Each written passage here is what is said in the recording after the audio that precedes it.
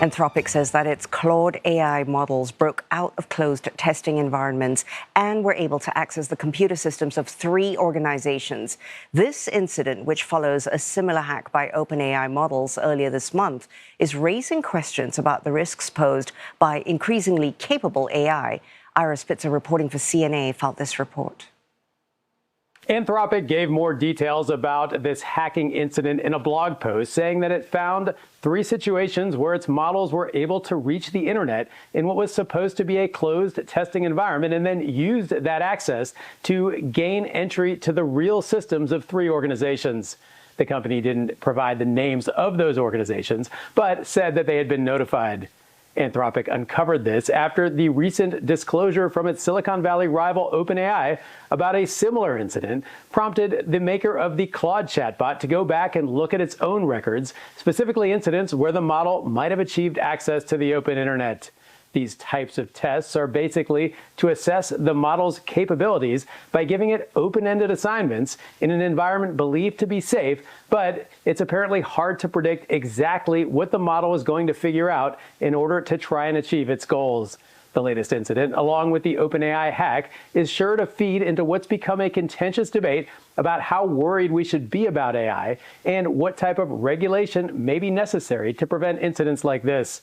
OpenAI and Anthropic have both come out in favor of greater oversight of the most powerful models, saying that advanced AI could place sophisticated cyber capabilities in the hands of criminals or hostile governments. They've called for things like common requirements, including safety evaluations, incident reporting, and stronger security protections.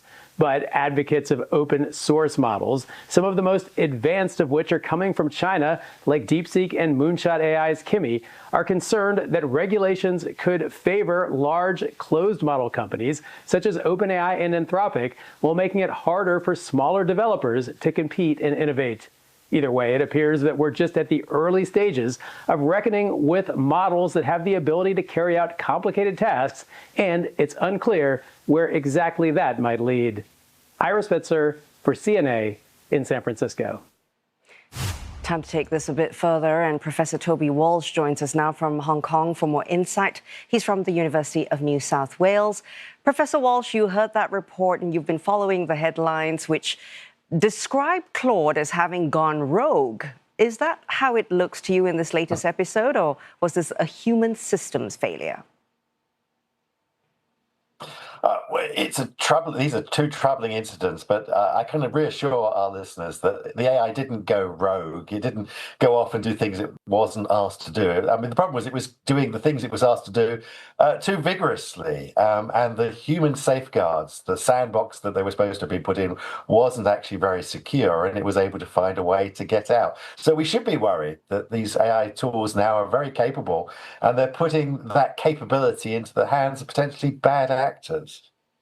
Yeah, you say the capabilities gone up.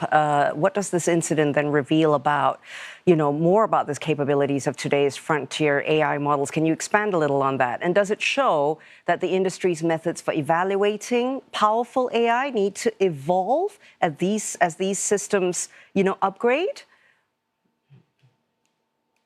Well, again, that's another troubling aspect of it. That Anthropic have only just uncovered that their model was doing these activities only after they discovered that OpenAI's model was doing it, and then they looked back through the logs and discovered, unbeknownst to them, that their model as well had been doing similar things. So at the moment, we're relying upon the goodwill and the diligence of these companies to uncover these problems. I don't think we can continue to be in a world in which it's the goodwill of these companies that is the only thing that's keeping us safe.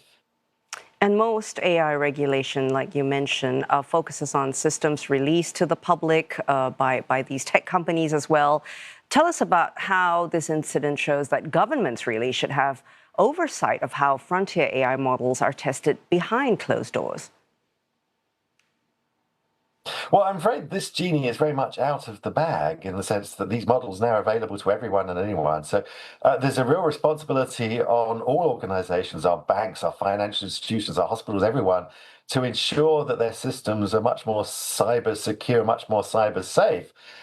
And that's going to involve us actually making, using these AI tools. These AI tools are able to find flaws and exploit flaws, but equally, they're able to uncover those flaws to us to make systems safer. So it's a race. It's an arms race between us and the bad actors.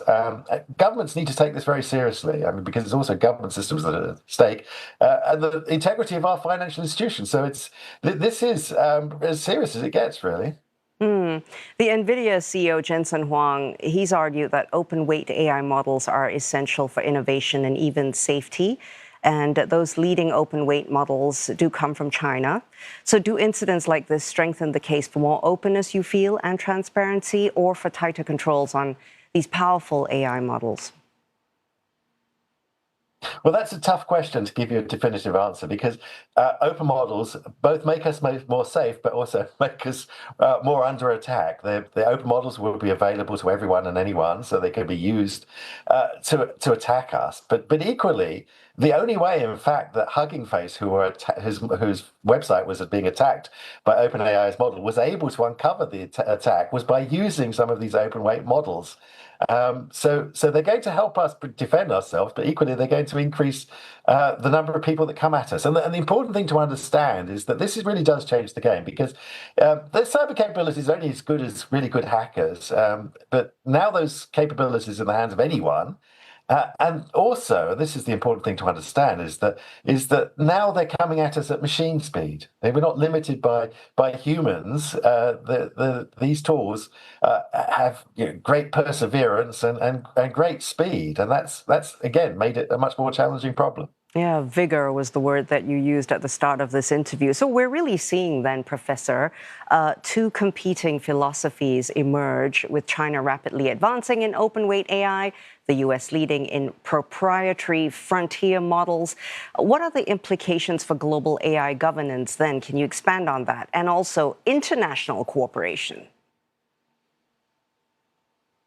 Well, open models have certainly, the fact that the internet was discovered was built on open foundations has made the internet actually a very secure place, as secure as it is. So I see a great future in open models, having a healthy ecology and a competition between the models. But equally, it's putting capabilities into the hands of bad actors, and that's going to require us to think carefully about how we regulate the space and how we make ourselves secure. Because, as I said, that genie is out of the bottle now. These models are available to everyone. And this week we've had a couple of incidents, but unfortunately next week we're going to have even more, and the week after even more than that. And as these incidents happen, the companies have been really open about it, both Anthropic and OpenAI. They've publicly disclosed incidents from their own cyber evaluations.